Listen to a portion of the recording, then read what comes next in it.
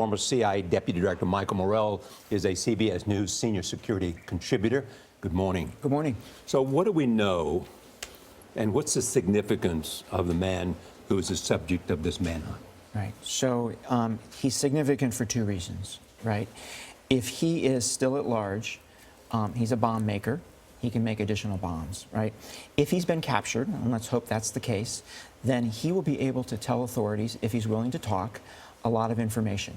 He was probably trained in Iraq and Syria. He was probably trained with a large number of other bomb makers who may also be at large in Western Europe, so he may know who they are.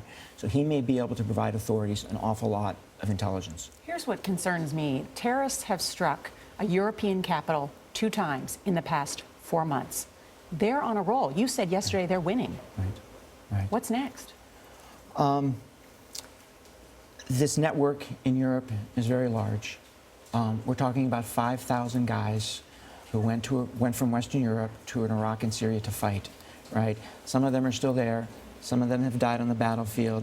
Some of them are coming home with battlefield experience, hardened jihadists, more radicalized.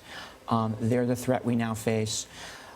Western intelligence, U.S., European intelligence simply don't know how many individuals are out there, how many cells are out there. They're worried. Because we're separated here in the United States by an ocean, does that make our city safer?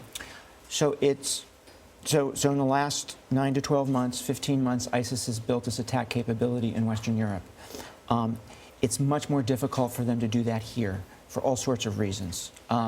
The Muslim communities here are nowhere near as isolated as they are there.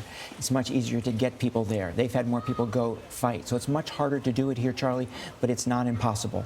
And if we don't degrade ISIS in Iraq and Syria and around the world, then we will face an attack like this someday here. Absolutely. Belgian authorities getting a lot of criticism today for how they've handled it. This guy was hiding in plain sight. Is the criticism fair? So I think some of the criticism is fair, but most of it's not. The criticism that is fair is the Belgian police don't do a good job of community policing, right, in these largely Muslim areas. They don't know the community, right, well, and they don't get the intelligence they need. But it's also unfair because their governments have not given them the resources they need to do all the surveillance that they required, and the job is huge. Michael Morell, good to have you here. Thank you so much. Thanks, Mike.